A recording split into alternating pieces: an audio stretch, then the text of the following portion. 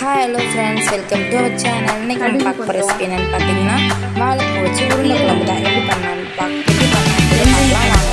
அது கடாயில் கொஞ்சமாக எண்ணெய் விட்டு அதில் தாளிப்பு வடகம், கடுகு, சீரகம், வெந்தயம் இது மூணும் சேர்த்து நல்லா பொரிய விட்டுக்கலாம். இது நல்லா பொரிஞ்சு செவந்து வந்ததுக்கப்புறமா சின்ன வெங்காயமும் பெரிய வெங்காயம் சின்ன வெங்காயம் 15, ஒரு வரமிளகாய் இதெல்லாம் சேர்த்து நம்ம எண்ணெயில் போட்டு நல்லா வதக்கிக்கலாம். இது நல்லா இதோட கூடையே கருவேப்பிலை சேர்த்து நல்லா வதக்கிக்கலாம். இது நல்லா கொஞ்சம் ப்ரௌன் கலரில் வர அளவுக்கு நம்ம வதக்கிக்கலாம். வெந்து வர அளவுக்கு வதக்கிக்கலாம். கரண்டி வச்சு நல்லா வதக்குங்க. அந்த கலர் நல்லா சேஞ்ச் ஆகி வரணும். அப்போ தான் உங்களுக்கு நல்லா குழம்பு நல்லா ருசி கொடுக்கும். இது நல்லா வதக்கிட்டே இருந்தீங்கன்னா நல்லா கலர் மாறி வரும். வெந்து பாருங்கள், கலர் மாறிடுச்சு. இந்த ஸ்டேஜில் நம்ம தக்காளி ஆட் பண்ணிக்கலாம். ஒரு தக்காளி எடுத்து கட் பண்ணி வச்சுருக்கேன். இந்த தக்காளியை நம்ம இதில் ஆட் பண்ணிக்கலாம். இந்த தக்காளியும் சேர்த்து நல்லா வதக்கிக்கலாம். இது நல்லா வதங்குறதுக்காக நான் உப்பு சேர்க்குறேன். சீக்கிரமாக வதங்கிடும். உப்பு சேர்த்து வதங்குறப்ப நல்லா உப்பு சேர்த்து நல்லா வதக்கிக்கலாம். நல்லா வதங்கி வரட்டும். நல்லா வெந்து வதங்கி வந்தால் தான் நல்லாயிருக்கும்.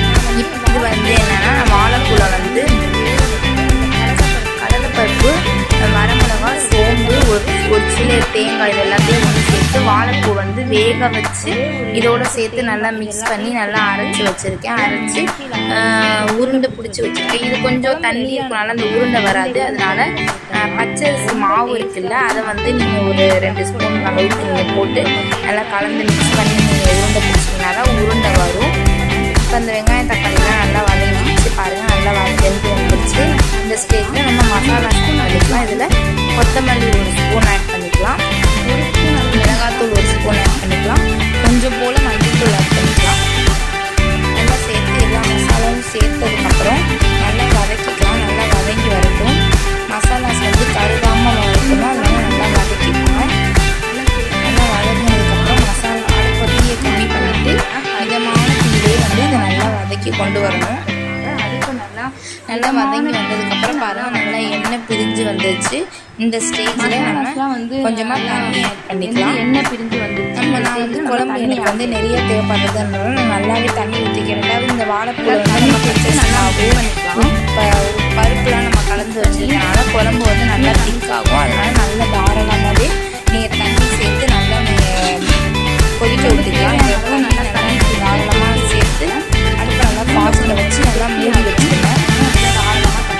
உங்களுக்கு எவ்வளோ தண்ணி தேவையோ அந்த அளவுக்கு நீங்கள் தண்ணி சேர்த்துக்கலாம். நான் வந்து எனக்கு நல்லாவே குழம்பு நிறையா வேணுன்றனால நல்லாவே தண்ணி ஊற்றிருக்கேன். நல்லா கொதிஞ்சு வந்ததுக்கப்புறம் இதில் கொஞ்சம் போல் புளி கரைச்சி வச்சுருக்கேன். அந்த புளியை கொஞ்சமாக ஊற்றிக்கலாம். ரொம்ப ஊற்றக்கூடாது, கம்மியாக தான் ஊற்றணும்.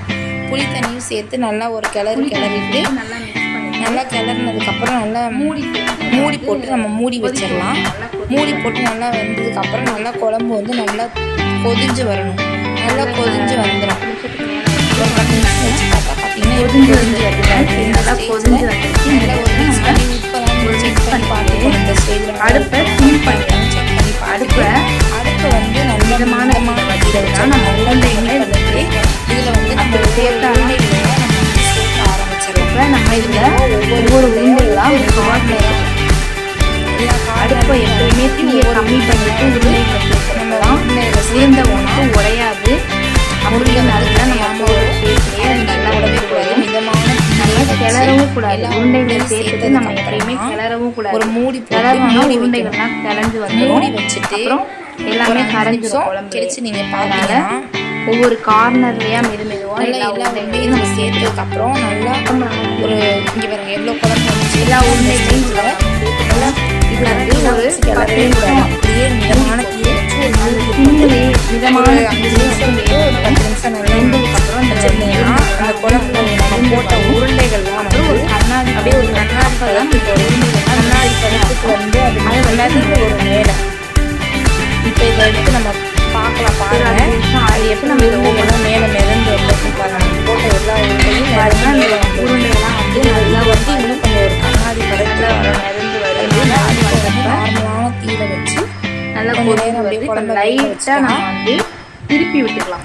நம்ம அந்த உருண்டைலாம் எல்லா சைடும் வெந்து வரணும்ல, அதனால வந்து ஒரு கரண்டி நம்ம லைட்டாக அந்த உருண்டைகளை வந்து நம்ம கிளறி விட்டுக்குவோம். லைட்டாக கிளறி அப்போ தான் எல்லா உருண்டைகளும் நல்லா வெந்து வரும். இதுக்கு ஒரு விழுது தேங்காய் விழுது அரைச்சிட்டு வந்துடலாம்.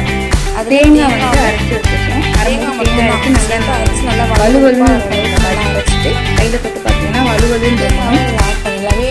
இந்த மாதிரி நம்ம முந்திரி கூட ஆட் பண்ணி வச்சுக்கலாம். இப்போ வந்து தேங்காய் தேங்காவை லைட்டாக ஒரு மிக்ஸ் பண்ணிக்கோங்க. ஒரு மிக்ஸ் பண்ணிட்டீங்கன்னா குழம்பு நல்லா திக்காகிடும். நல்லா குழம்போட தேங்காய் ஊற்றி ரொம்ப நேரம் கொதி வைக்கணும். லைட்டாக மிக்ஸ் பண்ணி விட்டுட்டு கொஞ்சம் நேரமாக ஒரு கொதி வந்தால் போதும். ரொம்ப நேரம் கொதி வைக்கணும்னு அவசியம் இல்லை. கொஞ்சம் நேரம் குழம்பு கொதிஞ்சு வந்தாலே போதும். கொஞ்சம் நேரம் சிம்மில் அதே மாதிரி வச்சுட்டு அடுத்த மிதமான தீயை வச்சுட்டு இது பண்ணுமா அந்த குழம்புல வந்து கொஞ்ச நேரம் மூடி போட்டு சிம்மில் வச்சுட்டிங்கன்னா நல்லா எண்ணெய் பிரிஞ்சு வந்துடும். குழம்பு பார்த்தீங்கன்னா எண்ணெய் எப்படி பிரிஞ்சு வந்துருக்கு. இந்த ஸ்டேஜில் நீங்கள் எடுத்து சுட சுட இதோட வத்தல் அப்பளம் கருவேப்பிலை பத்திரம் போட்டு ஆஃப் பண்ணிடலாம். ஆஃப் பண்ணி அந்த குழம்போடு வாழை விசில்